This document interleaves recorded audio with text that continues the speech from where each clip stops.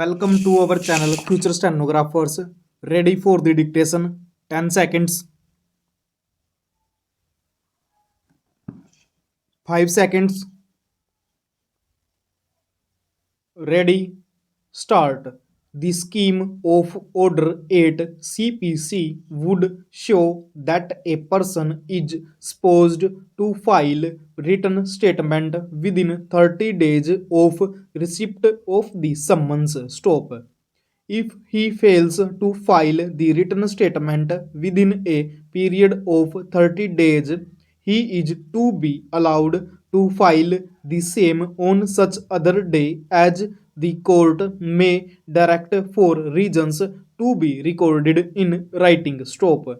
The extension of 60 days may be granted by the court. Stop. Thus, written statement has to be filed within 90 days from the date of service of summons. Stop. As observed by the Supreme Court, the purpose behind amendment made by Parliament was to expedite the trial. Stop. It had become a tendency of the defendants to prolong the trial of the case and to drag the proceedings as long as possible, since prolonging of the proceedings itself results in defeating justice. Stop.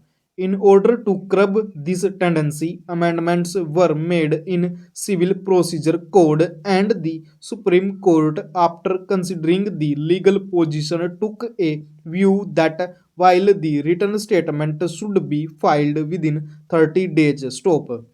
Extension of time for filing written statement beyond 30 days but within 90 days should be given if reasonable grounds are shown by defendant and the court is satisfied with those grounds. Stop. Beyond 90 days, the court is not powerless in extending the time for filing written statement, but this discretion must be exercised only in exceptional cases so that the procedure does not defeat the substantive justice. Stop. Next para. In the present case, after receipt of summons, no effort was made to file the written statement within 30 days. Stop. After 30 days, no application was filed for extension of time for filing written statement, and on 13th October 2008, after 75 days of receipt of summons, only a request for adjournment was made by the defendant on the ground that counsel was out of station. Stop.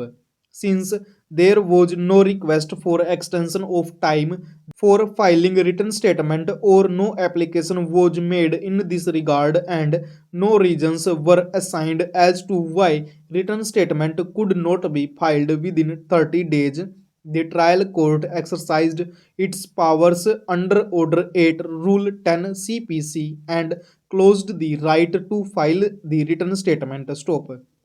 An application for extension of time was made thereafter. Stop. The reasons given in the application for extension of time are also superfluous reasons, which there were many cases pending against the petitioner in different courts. Stop. Because of defendant facing many cases, it can safely be presumed that he was very well aware of the law and still did not file written statement deliberately. Stop. Financial crunch, the other ground taken, is not an exceptional ground. Stop. At no point of time the defendant had stated that he was not in a position to engage counsel or was not in a position to bear the burden of litigation, and he had also not sought legal aid. Stop. Such grounds were very vague and general grounds given to the court. Stop. Thus, even if the court had come to a conclusion that the application was entertainable, the court could not have extended the time since no exceptional ground was made out by the petitioner before the trial court. Stop.